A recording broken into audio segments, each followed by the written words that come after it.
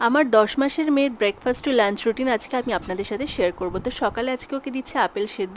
আপেলটা ভালো করে ধুয়ে তারপর খোসা ছাড়িয়ে কেটে নিয়েছি, অর্ধেক আপেলটা সেদ্ধ করে নিয়েছি। তো ভালো করে ম্যাশ করে নিচ্ছি। এরপর দিয়ে দিচ্ছি 1 চামচ মতন ফর্মুলা মিল্ক, আর দিচ্ছি 1 চামচ মতন মাখানা। আর মাখানা দেওয়ার পর বেশ ঘন হয়ে যায়, তো সেই জন্য এখানে দিয়ে দিচ্ছি একটু গরম জল। আমি কিন্তু ফ্লাক্সে সবসময় গরম জল রাখি। আর ভালো করে মিক্স করে নেব। ব্যাস, সকালের healthy and tasty breakfast ready. আর দুপুরে আজকে ওকে দেবো একটু মাছ আর ভাত। তো এখানে আমি একটা পেটির মাছ নিয়েছি, হালকা করে একটু ভেজে নিচ্ছি তেলে। আর আমি ভাজার সময় একটু হলুদ আর 1 চিমটি মতন সন্দক লবণ নিয়েছি। আর ফোড়নের জন্য এখানে দিয়ে দিলাম কালো জিরে, তারপর জল দিয়ে মাছটা ভালো করে সেদ্ধ করে নেবো। আর এই যে মাছের ঝোলটা রেডি হয়ে গেছে। আর এরপর এখানে নিয়ে নিচ্ছি ভাত। হালির তলায় যে নরম ভাতটা হয় সেই ভাতটা নিয়েছি, ভালো করে ম্যাশ করে নিয়েছি।